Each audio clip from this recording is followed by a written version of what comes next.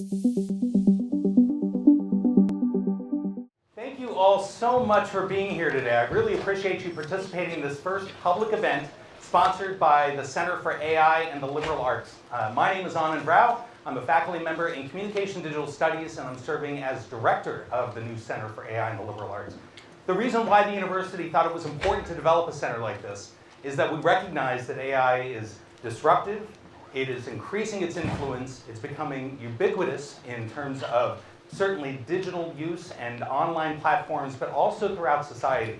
And it's also a recognition that the reality is you all will be graduating into a world where you are expected to understand how to use AI, when not to use AI, most importantly, how to consider AI applications in a responsible use. And you're going to have questions when you're applying for jobs in graduate school about how you've been able to study AI and its effect on your discipline. So much of the work that we're going to be doing over the coming months and years will be focusing on how to best prepare you and to support you for the work that you'll be doing going forward.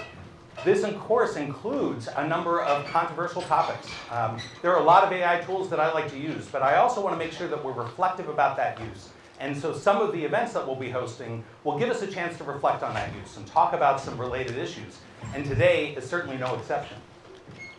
Today's debate is about AI and the environment. And we certainly know that there's an environmental cost with the use of AI, although we're not always exactly sure what that means, because not a lot of the information is very forthcoming. And most of the companies have not been very transparent to date, although a little bit more recently, about what that environmental cost might be. And so today's debate is a chance to be able to start exploring some of those issues, to talk a bit about what the energy cost may be, what use of water might be for the deployment and the use of these models, and then also how do we evaluate this in terms of some of the net benefits, potential net benefits that we have from the use of AI. And so I'm very pleased to welcome our two faculty debaters that will be speaking today. On the affirmative will be Dr. Kaitlyn Haynal, who is from communication, and she'll give the affirmative speech in this debate. And then on the negative will be Dr. Mike Reno from philosophy, who would then, after their speeches, they'll have some discussion and we'll be able to get moving toward an audience component where you're able to ask some questions and have discussion. Now, as I mentioned, it's not always very forthcoming about what that energy cost is or what the water usage is, but I did want to start by sharing a little bit of information that I've been able to garner from some recent releases over the last several weeks. And really, we need to think about it in two components. The first is that there is energy use and water usage for the training and deployment of a model. So when they start a model in the first place, this infographic gives you some information about what that might entail. What's important about this is to recognize as they develop greater and more potentially beneficial models, and certainly more capable models, it takes a lot more energy to get to that point. GPT 3.5 used the consumption of the equivalent of about 0.02% of Texas's daily electric consumption. GPT-4 used 2%. GPT-5, while it hasn't been fully disclosed, it was projected that it used between 8 and 10% of Texas's daily electricity consumption. That was for training the model and developing it so that they could then make it available for others to use. When we think about how it's used in what is called inference, that's when you actually go to the chatbot and you start interacting with the chatbot, there were a lot of questions about what that would mean. I remember seeing a story about a year ago about how much water was used for every ChatGPT query that you might have, how much electricity. Well, there's more research that's been coming out in large part because of pressure from users that the companies are starting to disclose some of that information about what it might mean. This is a message that came from a professor at UPenn, Ethan Malik, who looked at a lot of the data that was available. And I have to add a couple of caveats to this. This is always changing because new models require different levels of electricity and water. New data center practices can increase or decrease that usage. It could change day by day. But currently, it looks as if a standard query for most frontier models would be the equivalent electricity of about 8 to 10 seconds of Netflix use. That gives us a little easier chance of kind of contextualizing it, thinking about how much energy that might be. As far as the water usage, though, that's a little more difficult because every data center uses a different amount of water and for different reasons, sometimes for cooling internally, sometimes they have greater need for cooling, and also for the development and also running of those models, and also the water used for creating and producing the electricity. So it can vary very widely. If we look at this, I asked for a chart and produced this infographic that talked about the usage of electricity for a standard amount of standard query, and this is based on kind of a standard number of tokens, the number of words you would probably have for most uses of these tools. For Netflix, it takes, you see it's just above 0.2 watt hours. Google Gemini was a little bit higher, ChatGPT about a 50% higher, and Mistral was just about the level of Netflix for 10 seconds of use. The water question is really open to a lot of different variables, and you see questions about, is it a bottle of water that's poured out every time you use ChatGPT? Not exactly. It depends on the water that's used, where it's accessed from, how it's recycled in different settings, and so it will vary. When I looked at some of the data about this, Google Gemini, and Google does a better job, I think, of probably recycling and making sure they're recapturing that water. So you see the water usage is a little lower. ChatGPT is certainly higher, but not that much more. Mistral, in the information that they released, and that's a French AI company, was much greater. But that probably has to do also with the placement of the data centers and certain practices they have. We're also finding those practices are changing rapidly. So all of this has to be taken with a grain of salt, but it gives us a little better idea about some of the water and electricity usage for every time we're using one of these AI tools. That, of course, doesn't tell the whole picture, and that's why we have today's debate. On the affirmative, and I should say what the topic actually is, the specific topic that the faculty will be debating today, is that AI's net impact on the environment over the next decade will be negative. So the idea is that over the next 10 years, will the impact on the environment be negative, or is it possible that the deployment and use of AI over that decade will not be negative, but actually could be beneficial and could benefit the environment? We've structured the debate that way to be able to give you some clear comparisons between the two sides. I do want to say a special thank you to the faculty for participating in this debate. They're not necessarily representing their own perspectives, and I think as any of you who have participated in debates before, you know that you're assigned to a side in a debate, and sometimes you're forwarding arguments to be able to offer a better contrast between positions. There's a lot of nuance in between. And at the very end of the debate, after they give their concluding debate speeches, we'll have a chance to ask them a few questions about their own personal perspective on these issues and how they might evaluate this themselves. So at this stage, let me tell you a little bit about the format and what we'll do. So we have the opening speeches from each side, and we'll have the affirmative speaker first, and then the negative speaker. And they'll each have about 5 minutes to lay out their main lines of argument about whether or not it's negative impact on the environment or not. Then they will have a chance to ask each other some questions. And I think they'll probably sit back at the table, and they'll have 4 or 5 minutes to ask each other questions about their positions, to tease out some of those arguments, see some of the clash between the positions they have, and to be able to frame the rest of the debate. Following that, we will have audience discussion. We'll allot probably 20, 25 minutes for questions and comments from all of you. And we'll have microphones to come around, get any comments or questions from you. And you'll be able to ask questions of the debaters or be able to just pose questions in general or make comments in general about your own position. This isn't about necessarily interacting just with the debaters, but just interacting with the idea about the topic itself and what your thoughts are about AI in the environment and whether or not you think there might be a net negative impact or perhaps a net positive impact, and your thoughts on that practice. Following that, we'll have some concluding speeches from the debaters, the faculty debaters. They'll each have a few minutes to give some concluding remarks.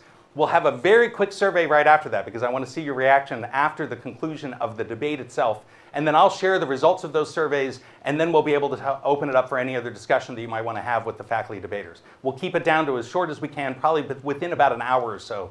And I think you'll be really engaged and find it really useful and interesting. I do want to let you know that this event is being recorded. If you'd rather not be recorded, then you don't want to voice your comments or give your name in the audience discussion, you're welcome to stick around afterwards if you'd like to be able to voice any of those comments or concerns or questions afterwards. It will be recorded. We'll be making it available on the center's website, hopefully later this week. Well, with no further ado then, let me turn it over to the debaters to kick off the debate.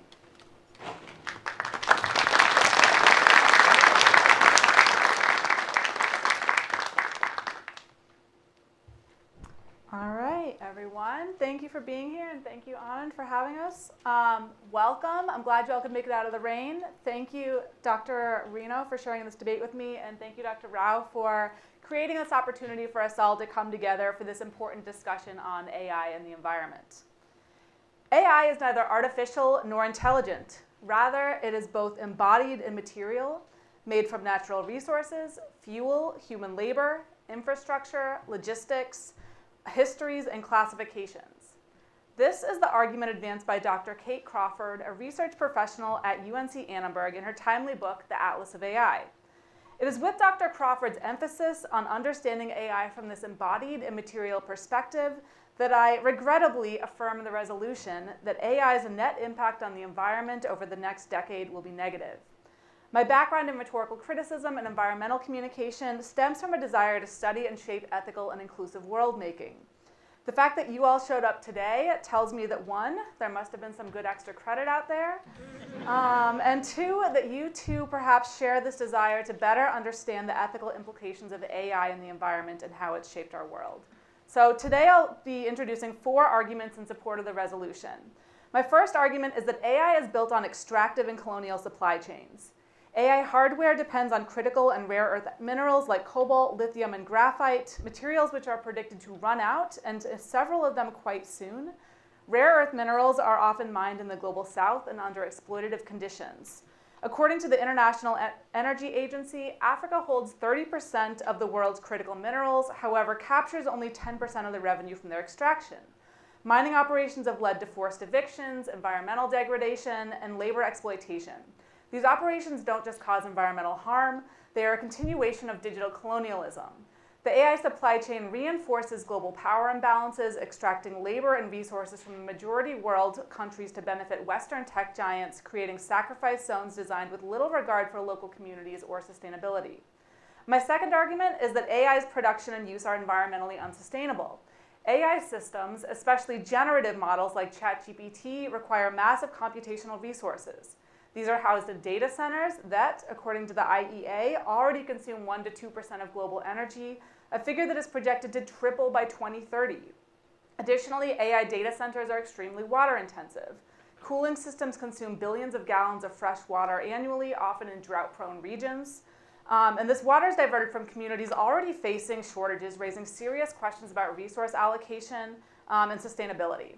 A study on pollutants across AI's life cycle, published by Dr. Kaitlyn Haynal, a professor in the College of Engineering at the University of California, Riverside, and his collaborators, found that AI's life cycle, from chip manufacturing to data center operation, significantly degrades air quality through emissions of air pollution.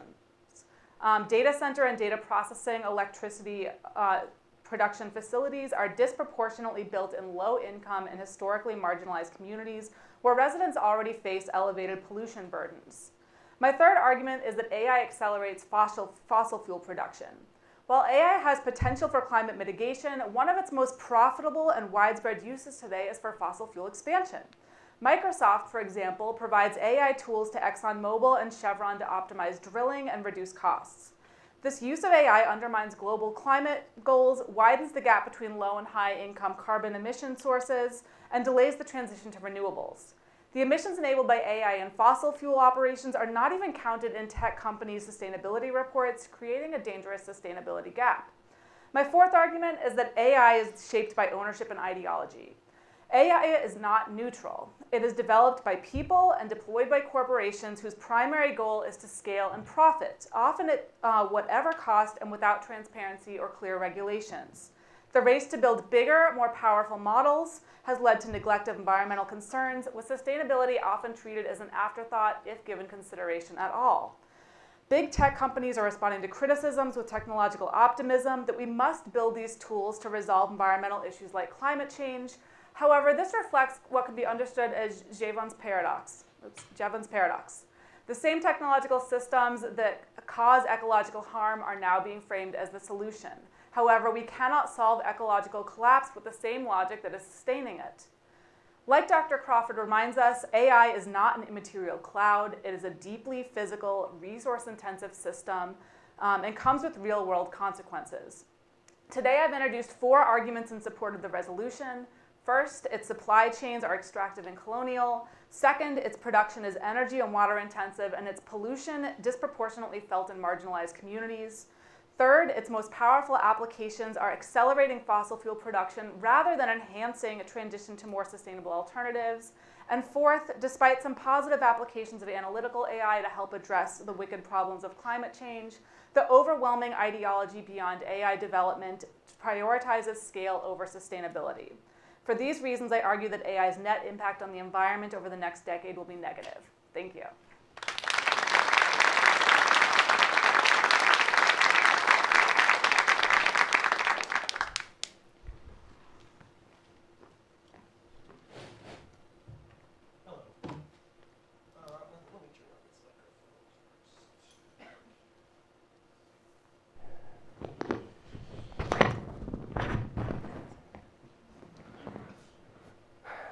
Sound okay now? Great. Thanks to Dr. Rao for putting this debate series together. Thanks to Dr. Haynal for engaging on this important issue. And I'm Michael Reno. I'm from philosophy. My background is in critical theory, actually. And in particular, my most recent publication is coming up with the concept of nature in relationship to Adorno's philosophy. So that's where I'm coming at from this, though this is a little bit different. So I thought of starting this talk by characterizing my position as similar to a kind of contemporary Socrates at his trial. I'm a philosopher facing a team of rhetoricians in front of a hostile crowd, defending an unpopular position, which has been misunderstood and for which the reasons are explicable, and ultimately my position will be shown to be right. And though I'm right, I suspect things won't turn out so well for me. There's no hemlock in here, is there? So it's a little bit hubristic, though. So I'm actually a little worried that I'm just the heel in a professional wrestling match. But let's jump in here. I will do my best to negate the resolution that AI's net impact on the environment over the next decade will be negative. First, I'll offer counter-arguments to 3 of Dr. Haynal's claims.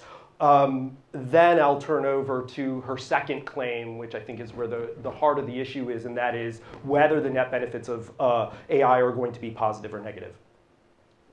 Her first claim is that AI depends on colonialism and extractive logic. First off, just a pedantic point, none of the things she mentioned are rare earth minerals.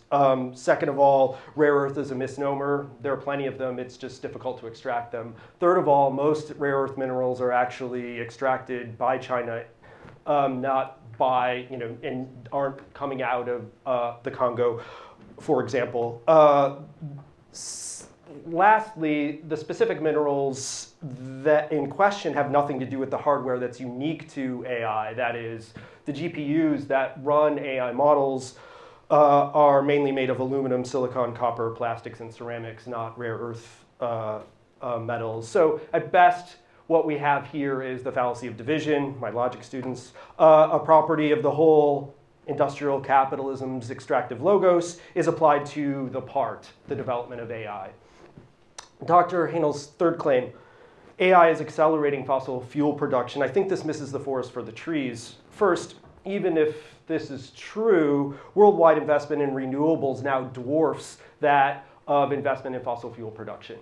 So this is a shrinking pie. So even if it's true that, say, Microsoft has 2 projects where they help, ExxonMobil extract a little more oil, that doesn't swamp the overall decrease in fossil fuel usage that's happening worldwide. The IEA says that investment in the electricity sector is set to reach $1.5 trillion in 2025, some 50% higher than the total amount being spent on bringing oil, natural gas, and coal to market. Second, my second point here is that on her third claim is that the efficiency gains of the application of artificial intelligence to manufacturing, energy grids, renewable energy production, and storage more than swamps the increased efficiency of a couple of fossil fuel projects. As Lee and others have shown, the application of AI to manufacturing has already reduced energy consumption. The Ministry of Industry and Information Technology of China announced that carbon emissions were lowered by approximately 21.2%. For example, as a manufacturer and servicer of power equipment, Shanghai Electric harnessed AI technologies to improve wind turbine design and performance, boosting wind power generation productivity. The company also used intelligent AI systems to optimize thermal power generator combustion processes, reducing fuel use and related emissions. Reports indicate that Shanghai Electric's AI implementation has yielded a roughly 150 million kilowatt-hour reduction in annual electricity consumption. Then Dr. Haynal's final claim is essentially that the whole thing is structured around some tech bros like wild techno-optimism. And even if that's true, that's not the position I'm here to defend. So this is, again, my logic students, a straw person argument. All right, so this isn't the position that I'm defending. I'm merely arguing that over the next decade, it won't be negative. The overall environmental effect won't be negative. I don't need to defend, whatever it is Zuckerberg said in order to defeat the resolution, in other words. So let's focus on the second claim that AI production and use is unsustainable. And I think it's clearly untrue. First claim. Shanghai Electric, in the example I cited above, is already using AI to reduce both fossil fuel consumption and increase the efficiency and productivity of renewables. The second example is in terms of grid management. I contend that without AI, managing current grid balancing while increasing renewable energy, which is intermittent, not predictable, through traditional means is simply not possible. That's why Vita Rosite, energy policy analyst at the IEA, and her colleagues are calling AI and renewables the new power couple. As they put it, power systems increasingly need to support multi-directional flows of electricity between distributed generators, the grid, and users. The rising number of grid-connected devices, from electric vehicle charging stations to residential solar installations, makes flows less predictable. The result is a vastly greater need for information exchange and more powerful tools to plan and operate power systems as they keep evolving. That's where AI comes in. The third example, machine learning and AI are already being used to adapt to the effects of climate change. Nearing and his colleagues concluded in a hydrology research project that using using AI and open data sets, we are able to improve significantly the expected precision, recall, and lead time of short-term forecasts of extreme riverine events. We extended on average the reliability of current available global nowcasts, lead time 0 to a lead time of 5 days, and we were able to use AI-based forecasting to improve the skill of forecasts in Africa to be similar to what are currently available in Europe. This is particularly important as floods are a significant risk of with climate change, and one which disproportionately affects developing countries. My second then overall claim is AI applications over time, including future applications, will lead to net decrease in CO2 emissions. First, they are increasingly efficient in both water and electricity use. All these pretty pictures that Dr. Rao put up here don't give you the kind of context that I think we need. The last chart, for example, that showed Gemini's water usage, that little sliver on the bottom represents literally 5 drops of water. That's what that sliver is. To do a Gemini search is 5 drops of water. In terms of electricity usage, the 0.24 watt hours, like Dr. Rao mentioned, is 10 seconds of Netflix. So to do a basic search, it isn't extremely energy intensive relative to other things we do. Second, total global emissions of CO2 equivalent in 2023 was 27.2 gigatons, that is 1,000 million tons. Nicholas Stern and his colleagues at the London School of Economics project that in the next decade, data centers will add from 1.5% to 6% an increase in that amount. That is just all on their own, but the question is whether the net effect will be positive or negative. The same authors, Stern and his colleagues, project that even in the most pessimistic scenario, in mere 3 subsets of areas that contribute about 50% of emissions, power, meat and dairy, and light road transportation, AI will in fact result in a net decrease in the emissions of CO2 equivalent, even when accounting for the increase in emissions from all AI use over time. Indeed, they conclude that, and here I'm quoting them, while AI can contribute to emissions increase through data centers' energy consumption, our estimates show that the emissions reduction potential from AI application in just 3 sectors alone would more than offset the total AI's emission increase in all economic activities, making a strong case for using AI in resolving the climate threat. I would also just like to mention that AI is also now being implemented to decrease water usage and pesticide usage in agricultural applications. And as you may know, agriculture, of course, uses some 70% of freshwater usage in a given year. With that, I'll conclude that I think you should agree that the resolution is in fact not true.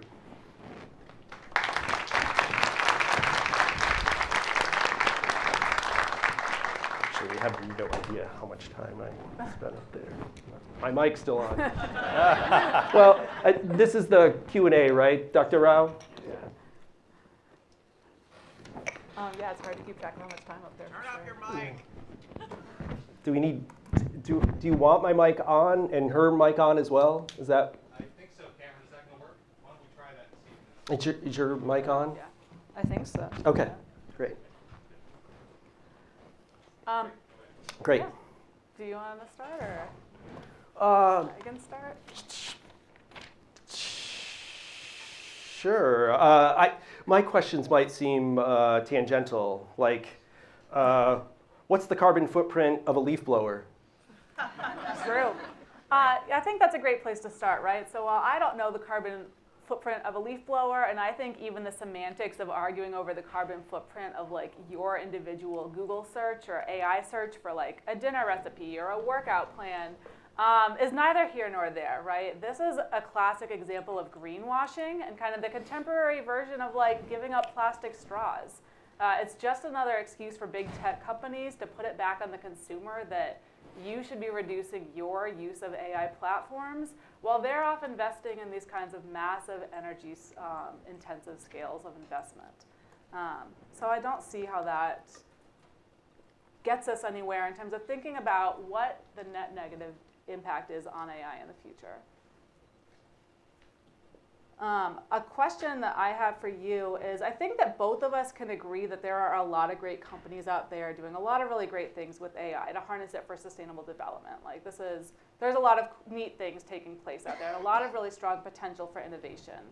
However, when the vast majority of AI stakeholders are developed by corporations like, say, Meta or Google, who lack these kind of like regulatory oversights and transparency and whose incentives become scale and profit, how do we make sense of these small-scale uses of AI when they're shadowed, right, by these major corporations?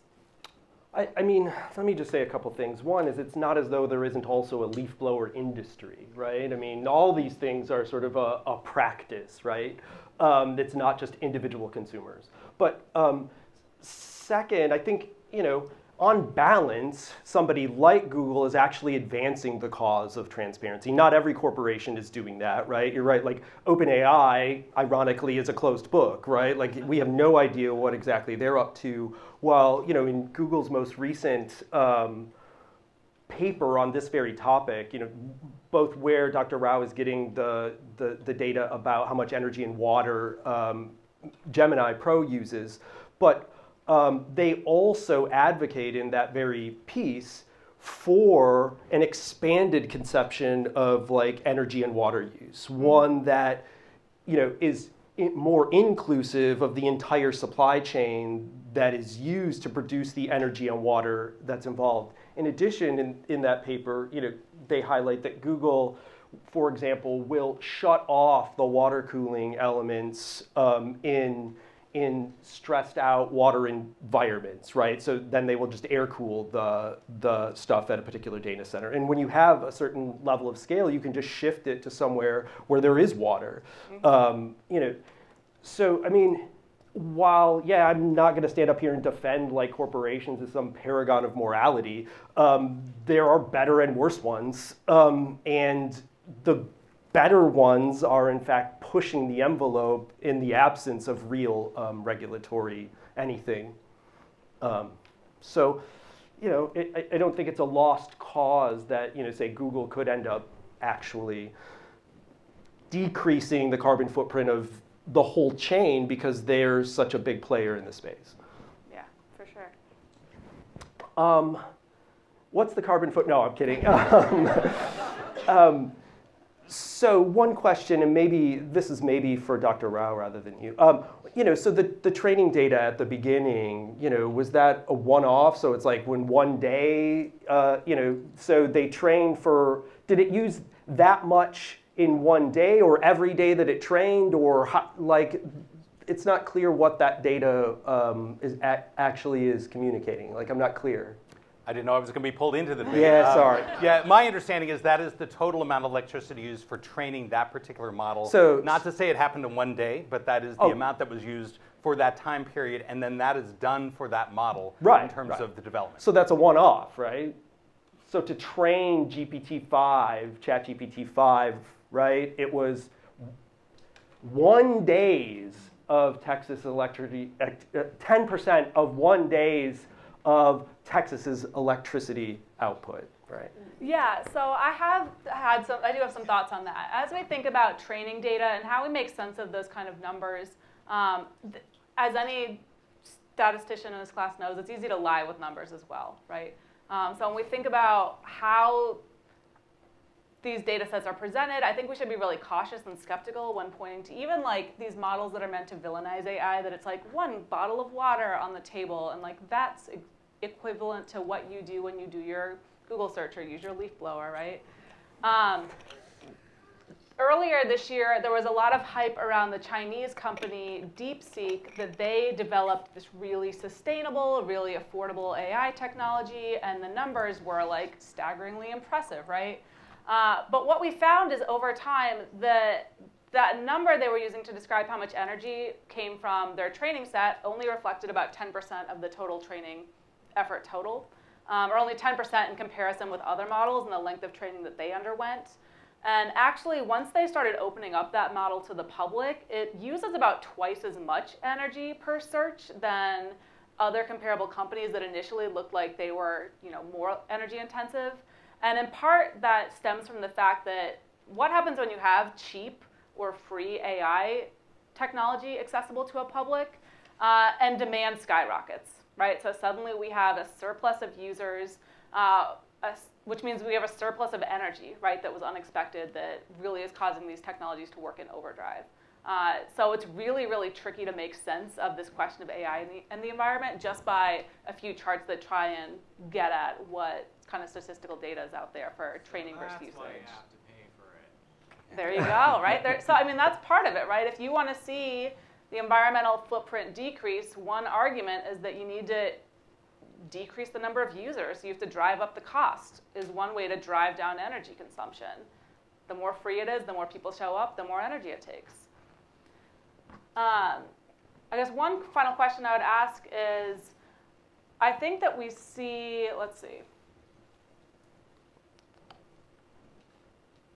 we see a lot of AI companies investing in both green energy and fossil fuel. Because I think one of the second kind of key questions in this debate, right, is what will sustain AI? Like, neither of us think that AI is going anywhere, right? Like, it is here, very much so. It's growing and changing. But what will provide enough energy to prop up its use? Do we think that green energy, and this is perhaps like a tough question, right, without additional research, but like, to what extent is green energy prepared to meet that demand versus how will that kind of shift pressure back onto the fossil fuel industry to help make up for this excess demand? I mean, I guess my speculation, at least some of it is speculation, some of it's based on, just looking all the research we did for this, right? Yeah. But again, I keep going back to Google, I know, but they claim in some sense to have disconnected increased even electricity generation from carbon emissions, right? And how are they doing that? Well, I mean, when you read the fine print, I mean, part of the way they're doing it is local production, but the other way they're doing it is, of course, is buying green energy on the open marketplace, what they call, global. Now, these aren't the same as like the buying the energy credits nonsense, right? But it still is. It's like that they're not producing it locally. They're attempting to buy actual green energy. But we know that Meta and Google and other large data center, Microsoft got a lot of flack or news about trying to restart 3 Mile Island. There's a real attempt to restart the nuclear industry, to avoid some of the fossil fuel harms, but at the same time to provide a kind of baseload that renewable maybe isn't there, or that they don't want to run afoul of the current administration in terms of like supporting wind or something. So yeah, I agree. It's hard to know exactly how this is going to play out, and they certainly are advocating for all kinds of power, not just green energy. Yeah, excellent. I think that concludes our Q&A period between the debaters. Let's give them a quick round of applause. Next, we have a little time set aside for audience questions and comments. And a few quick reminders. We want to keep them brief. So really, if you have an extensive comment, please keep it under 2 minutes. We're closer to a minute if possible. Make sure we maintain a really respectful tone. And also really focus on the arguments. It's not really about the individual. We want to make sure that we're really advancing our discussion and our consideration of the topic. We'll be coming around with microphones. If you just put your hand up, we will bring the mic to you. Thank you, Dr. Johnson. One over here.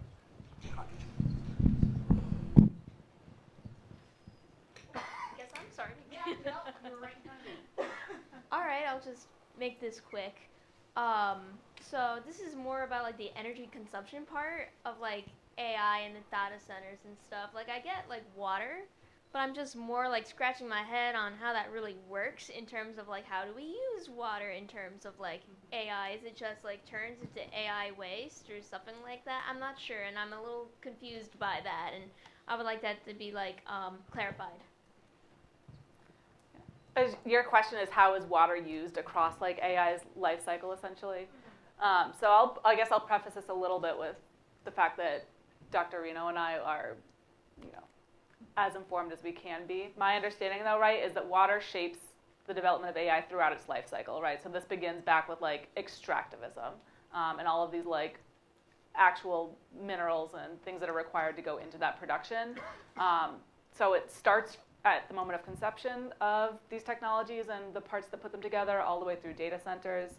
I know that those like, once the water's in there, I think it can be cycled through a couple times in terms of cooling. So it cools, it gets too hot, it cools again, and it just kind of goes through that.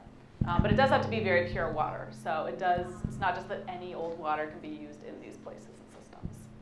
Yeah, and primarily through cooling. Yeah, the cooling of the data centers. Great. All right.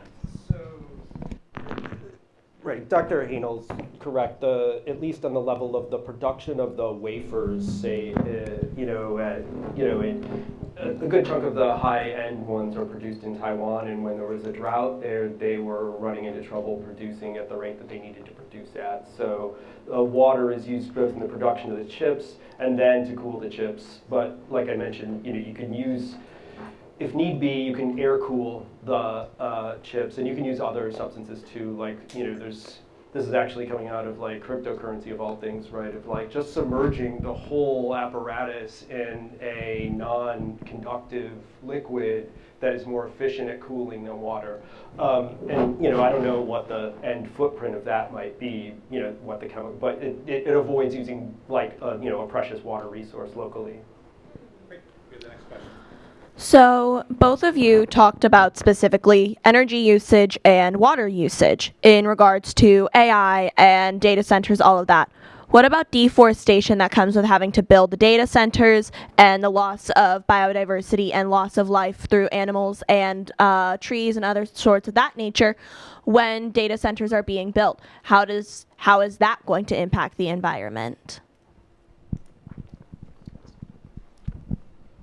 Honestly, I know very little about that specific topic because I centered my stuff on. But I mean, if you look at, one hub, of course, is Nova, right? I'm actually from Nova. We've lost about 25% of our local forests because of deforestation. Right near my house, there was a gorgeous forest and it all got taken down just in the last 6 months from deforestation for data centers. And we have 12 data centers being put in near my house now.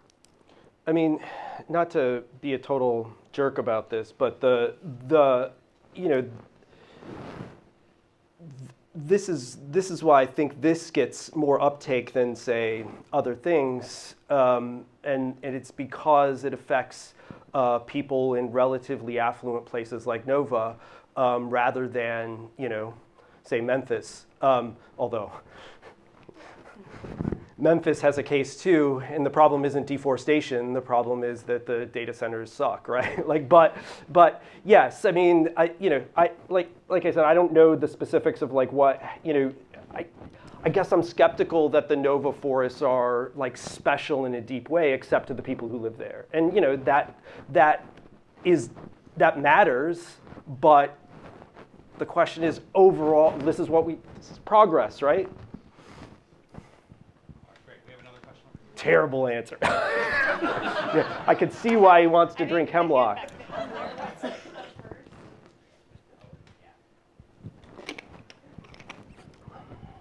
Okay, so hey, so we've talked a lot, about future, optimism, techno-optimism, stuff like that.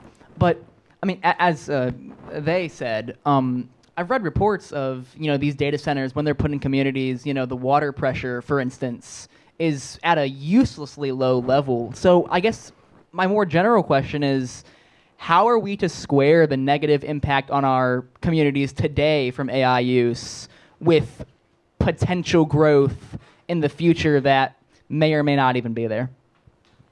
Thank you. I mean, I guess this is partly why I cited examples of its effects now as opposed to in some pie-in-the-sky future, which may or may not happen. That it's already, say, decreasing energy consumption when it's applied appropriately, say, in, the Shanghai, it's not like Shanghai's a small city. So in that particular application. And then, the other point I'm trying to make here is simply that, like, look, the way that renewables flood the grid at particular times with electricity can't be managed in a traditional way, especially as we increase the use of renewables. So if we want to decrease the carbon that we use to do all the things we already do, we need some kind of AI application here, and that means you have to bite the bullet and have data centers, at least in the current instantiation of the way AI works. And it's not like there were no data centers prior to AI, right? Like, what your Netflix is served up from a data center, right? All the stuff you do on your phone is served up from a data center. The expansion is primarily driven by AI, that's right. But so I guess I would just turn it back and say it's already. I would add just briefly to this, right, that I think that is all the more reason why the question of AI in the environment is not just a sustainability question, right? It's an environmental justice question. So as we're kind of troubleshooting, like, what is the impact of AI on the environment? It's not just about how do we figure out better ways to generate energy for it. We need to be thinking about the communities that it impacts, and especially the ones that it disproportionately impacts. We have a question over there and then a couple of questions over here. It is working. It is? I think so. Okay. I apologize. I'm going to take this a slightly different route. How about the ethical impacts of humanity and the decrease in knowledge that students have, specifically with knowing how to research questions, but then also with, I mean, we're seeing reports of people deciding that they should kill themselves because of AI. So the ethical portions of that, I guess. Yeah, it's a great question, right? And I think a really important one is you think about what decisions do we make when we are weighing the benefits versus the risks of AI, and something that needs to be considered when we are even talking about something as nuanced as the environment. And I think for me, this is one of the reasons why when I'm teaching Intro to Digital Studies, right, is that AI is not, and even in this debate, right, AI is not just some out there technology. It is in people, and it is in the way that people code it and in the way that people program it. And part of the power that comes with that technology is just that we need to have a very, very different conversations than we've been having around this technology. It's not just how do we build bigger and better, but how are we not just skipping ahead to, like, we have to resolve the energy crisis and then AI can be a free-for-all, right? We need to slow down with this, and I know that that is an impossible task, right? Because AI is not slowing down, and they are not pausing to have these conversations. So I don't have, like, I suppose, a satisfactory answer to that question, other than to acknowledge that you're spot on. We need to be having those conversations, and I think even just these questions you're asking, that's exactly what it's about, right? Is continuing to press that generating better energy for AI should not be the end goal of the debate, right? Yeah. It needs to expand to these other bigger questions as well. Sounds like a great topic for a future debate that I think we'll need to have. Future ones, right, That's on these issues. Yep. Here are a couple of questions right over here. Do you want to go first? So Dr. Reno mentioned a lot of research coming out of Shanghai, and Dr. Haynal mentioned the extraction coming out of Africa, and Nova is known as the data center capital of the world.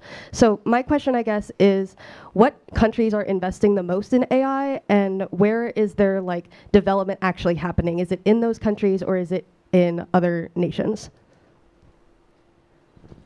So, I mean, it's clear that the United States and China are the two largest developers of both the data centers and the artificial intelligence. It's not as though nowhere else. I mean, Europe also is developing their own models that are running on data centers in Europe.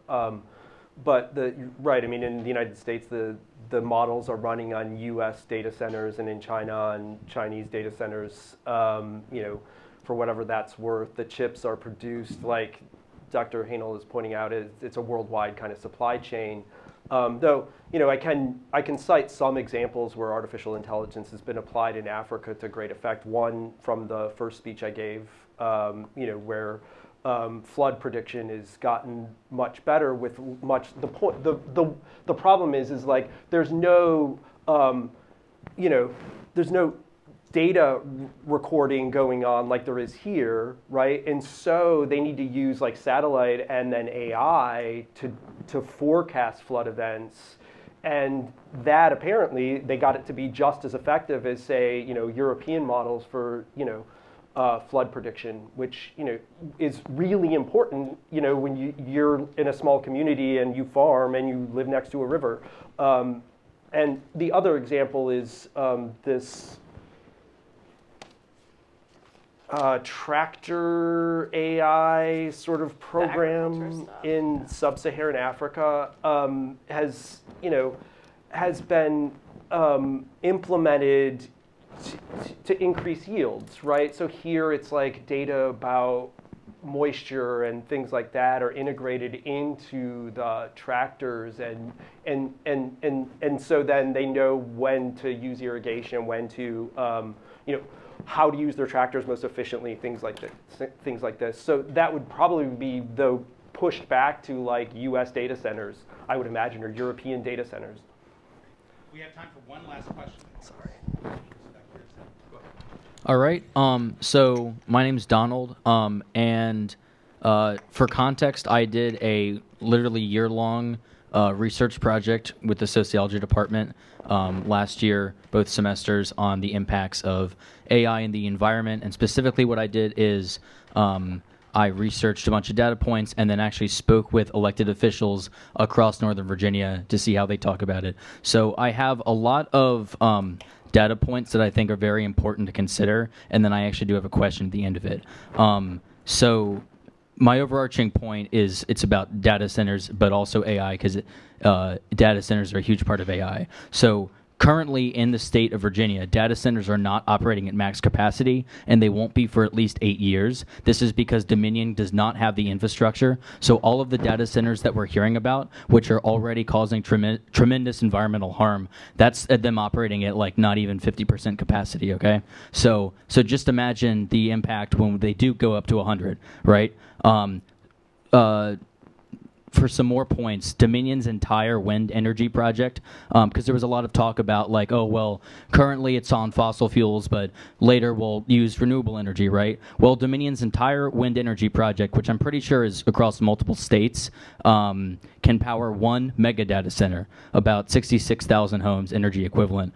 The 3 Mile Island, Dr. Reno, that you mentioned, how they opened up that nuclear facility again, that's being used to power 1 mega data center. AI, so these are data centers without AI.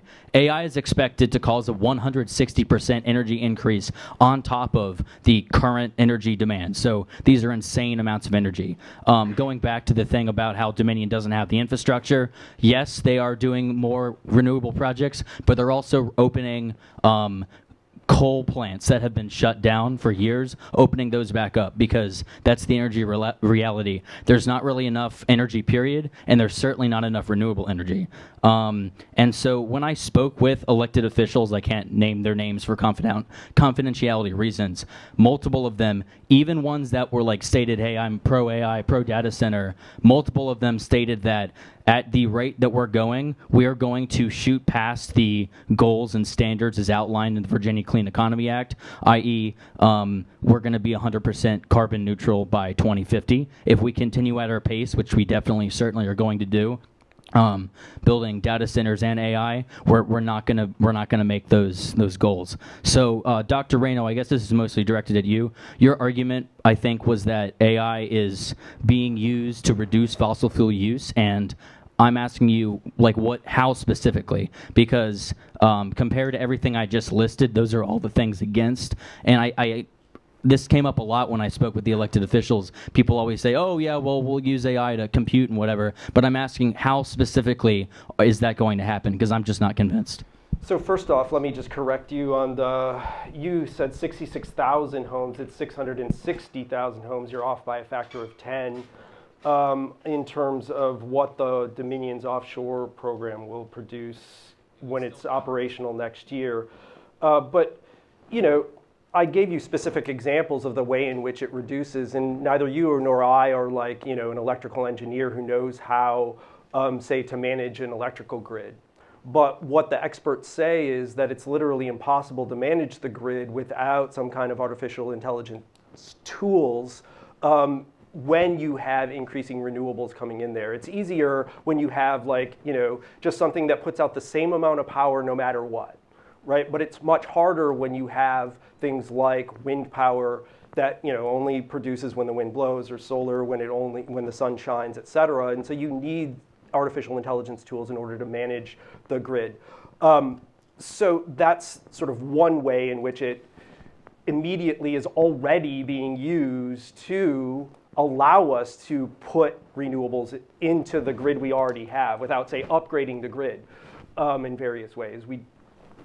And the other point I made was that, you know, in China, they've already applied it to decrease fossil fuel use.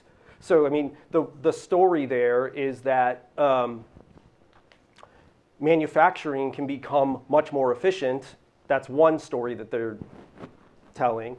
Another story that's in the piece from the London School of Economics researchers is that, in fact, part of the way that AI can decrease our carbon footprint is by nudging us in various ways. And this is going to sound creepy, but here's what they mean.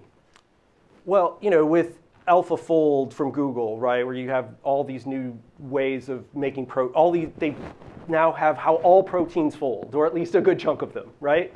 So now you can make better fake meat proteins, which nudges you to use those which are much less carbon intensive than, say, eating a cow. So it's those sorts of analyses that sort of get at where are the savings going to come in. You know, and each one of those adds up to, you know, overall you have a decreased carbon footprint from where you started. Some excellent questions and comments. Really appreciate it, everybody. We're going to move to the very end of the debate now. Just a few more minutes. I want to give both of the debaters a chance to give some few concluding remarks, and then we have a very, very quick anonymous survey to see how you would vote at the end and how you would evaluate the debate. So let me turn it over to Dr. Haynal. All right, y'all. Thank you, Dr. Reno, and thank you, audience, for such thoughtful questions and comments. Artificial intelligence is embodied in material, with its production and use having lasting implications for environmental sustainability and justice. AI's environmental impact is not just about energy use or emissions, as we've talked about. Rather, it's about the systems that it's embedded in. To weigh this debate, we must ask not just can AI help the environment, but will it? And in what ways? And how can we specifically hold those companies and uses accountable to the future and present that we exist in? My first argument is that AI is built on extractive and colonial supply chains. I do concede that in some of the examples I provided, I do conflate critical minerals with rare earth minerals. Oops. Right? However, even if minerals like silicon or cobalt are not rare, they are critical to AI infrastructure, and they still rely on extractive logics of digital colonialism that cause environmental harm and are amplified by and accelerate demand that is moving at an unsustainable rate. Dr. Reno argues I've committed a fallacy of division. However, this misunderstands my argument. My argument is not that stopping AI will suddenly stop centuries of extractive colonial practices. Rather, I offer a structural critique that we need to understand AI as embedded within and dependent upon these colonial practices and extractive systems as an important contributing factor in understanding the complex ways that AI's impact, unfortunately, will likely be net negative on our environment over the coming decade. This takes us to my third argument, that AI is accelerating fossil fuel production. And Dr. Reno argues that worldwide investment in renewables is dwarfing investment in fossil fuel development, and there's a lot of kind of debate over like what is happening in this green moment with green renewable energy. And while it's true that we have seen an increase in renewable investments in the past 10 years, that same report identifies that, in fact, as we heard from our audience member earlier, that increased energy demands are actually resulting in new waves of coal plants, especially in China. That investment in grids is struggling to keep pace with demands, which green energy just is not capable of keeping up with at this time. And spending on renewables is also leveling off, particularly as supportive policies are scaled back in this current political climate. So the truth of the matter is that AI use far exceeds the capacity for green energy development to keep up with energy demands, even if there are some good companies like Shanghai Electric that are harnessing AI for good. I hope that they continue doing so, right? I want to see more of those companies. My fourth argument is that AI is shaped by ownership and ideology, and this is really a question of if it will be a net negative in terms of relying on those who shaped that technology. And Dr. Reno brings up debate over real-world applications of AI. And this is where I frankly have some really pressing concerns here.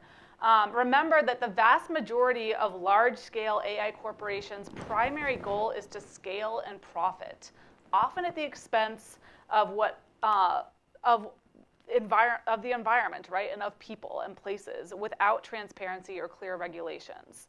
Dr. Reno also here highlights a really key question for this debate that I want to kind of have you all reflecting on, and that is what is really at issue here is whether the application of AI to various industries overwhelms this increased energy consumption that's required to run it. Which returns us to my second argument, right? That AI production and use is, frankly, fundamentally unsustainable right now. Dr. Reno argues that AI is already responsible for real progress, and he highlights some really excellent examples, right, with its use in agriculture and other industries. And I hope that it will continue to improve in the future, right, and make these kind of like nudging incremental net positives that he's discussing. However, look at where investment lies with like the really big financial companies. It's with generative AI, which is both low accuracy, it is high energy demanding, and it is not used for environmental good. The Nature report that he cites relies on speculative modeling about best case scenarios for AI to substantially reduce emissions, and they rely a lot on this idea of what AI can do or what it could do. But it's not getting at what AI will do or what it would do when applied in particular ways, right? AI is just a tool. It's about how companies are leveraging that tool and what they will or won't do with it. A lack of regulatory frameworks begs the question, what credibility do these large institutes like Meta or Google have?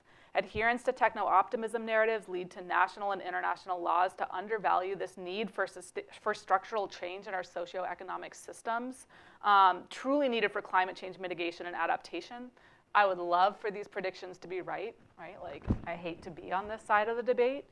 However, it doesn't account for real-world deployment, which is driven by profit, not sustainability, and occurring in a political climate that is rolling back environmental protections and provides no incentives for increased transparency, sustainability, or accountability. This is also non-responsive to my environmental justice claims, where we see AI infrastructure disproportionately being built in low-income and historically marginalized communities where residents already face elevated pollution risks. So the question for this debate isn't whether AI can help, it's whether it will. And the answer based on current trends is clear. AI's net impact on the environment over the next decade will be negative. So while Dr. Reno may be right that many of you may see my side as the hero that you hope will prevail against the evils of AI, this is one debate where I hope to be wrong. Thank you.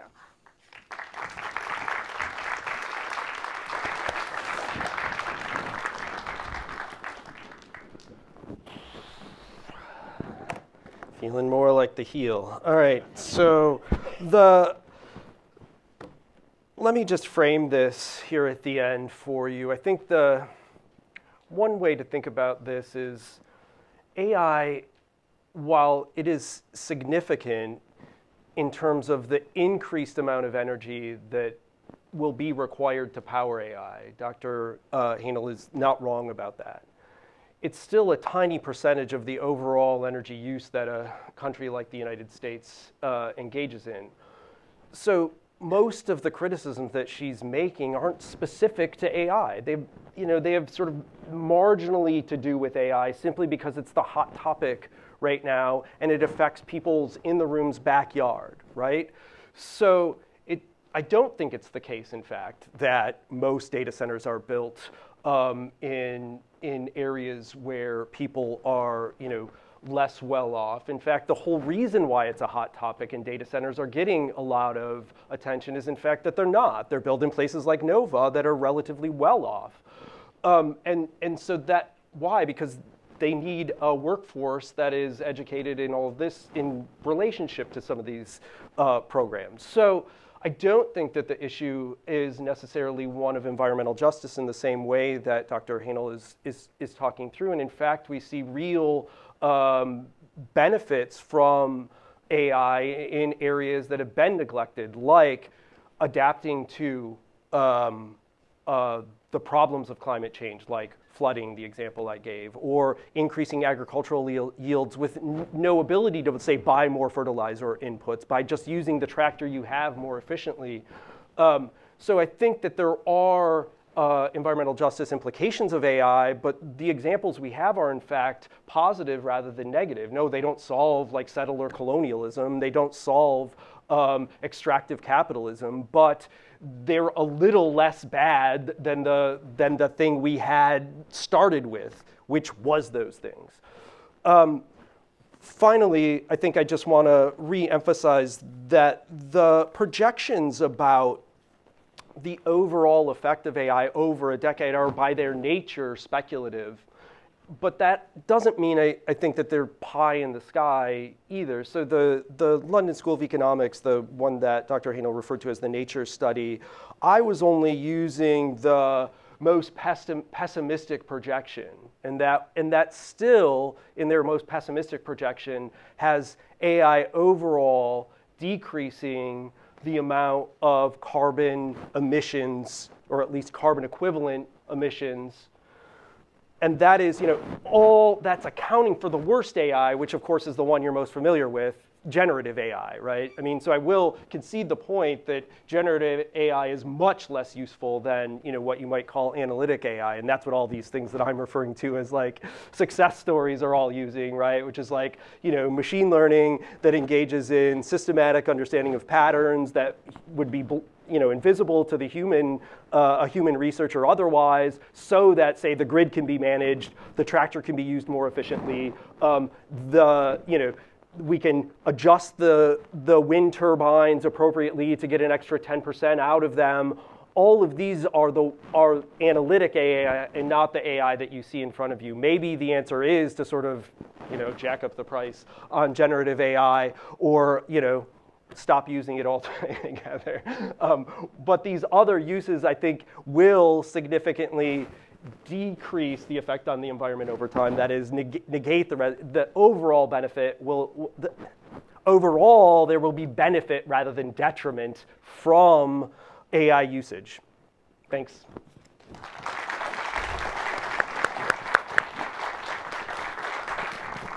All right, time to pull out your phones. One more quick anonymous survey, and this is to see your results. A couple extra questions here to see how you react after the debate. In just a moment. All right, thanks. We have just a couple minutes left. Let me just show you a couple of results from the survey. Pretty interesting. And then we'd be happy to stick around to answer any questions you might have. And for the debaters, maybe say a little bit about their own personal position regarding the topic. And maybe it differs a bit, perhaps, from the position they took in this debate. In the pre-debate survey, asked you a bit about how familiar you are with issues related to AI and the environment. And the pre-debate survey said that it was pretty much toward the middle. Not that familiar, not totally unfamiliar, but not very familiar at the far end. The post-debate looked at people are feeling more informed about issues related to AI and the environment as a result of the debate. So that's excellent. Way to go, debaters. Also included in the post-debate survey is a question about, as a result of the debate, do you feel more informed? Just to say, to frame that question slightly differently, even more people are saying they feel more informed as a result of the debate. And then the question I really wanted to ask is whether or not your mind was changed as a result of the debate. Largely no. But that's okay. The purpose of the debate is not necessarily to resolve any issues. There's no way we're going to be able to do that in just over an hour. But it is to be able to explore some of the issues, to be better informed about our own positions on these issues, to learn and be able to share some of our own perspectives, which I'm really glad you were all able to do in the audience discussion. Let me turn it over to the debaters. If you want to say anything, last closing remarks about your own position or own thoughts about the topic. Participate in this debate, and thank you all for coming and being a part of this. You know, I've been interested in AI and the environment based on personal research, and just it is a pressing topic that any informed citizen should be informed about. And this debate gave me an opportunity to learn more and be able to speak more intelligently on it and come from a deeper place of knowledge. So I do have deep concerns about AI's impact on the environment, as I think any rational person probably does. I guess the only thing I'd clarify other than sort of what I've advocated for is I do think it has potential to do good things as well. I think that the challenge comes with like, how do we balance just how quickly this train is moving, and prevent it from running over all of the good things that could come from this as well. Yeah, I mean, I was defending a position, you know, in the end, my position is probably pretty close to Dr. Haynal's, right? I mean, I did, in doing research, I did learn, you know, there's signs there that maybe make me a little more optimistic than I was before. Though, you know, honestly, I'm pretty pessimistic in the end, especially, you know, one thing that we've sort of kept out of is the politics debate. It's like, I think, you know, the willingness of the Microsofts and the Googles and everybody to go for, well, let's just restart a coal plant would not be there if we had a different administration. I think that's, you know, and, you know, the canceling of the offshore wind and like the threats, you know, the Dominion one is not canceled yet, but there's been one canceled in Rhode Island, and you know, that was like 80% done. I mean, so you get these, there's this elephant in the room that we haven't really discussed that makes me more pessimistic. You know, it's easier to get transparency and hold these corporations to their stated goals when you know, they're not like, hey, we should restart coal plants. You know, when the government is saying we should. So look, I guess we were talking about this before, and I just want to articulate that, like, this is still up. This is not a predetermined outcome, right? I mean, we have some say in this, not very much, but what say we have is probably going to be, you know, if we target it at the companies as opposed to, you know, the government, I think that's the place to try to make some headway right now, because they have images that they care about, and that's where you can sort of do something if you're interested in doing something. That's excellent. Thank you all so much for being here today. We have a few other events coming up this semester. We have another public debate on AI and copyright that'll be held on November 18th. That'll be held over in Secoback in the Weatherly Wing. And we have a guest speaker coming in to talk about the impact of AI on education. That'll be the evening of October 29th at 7 p.m. More information is available on the website for the Center for AI and the Liberal Arts, and we'll also publicize it on campus. Thanks again to the debaters. Thanks to all of you. Have a great night. Thanks for being here.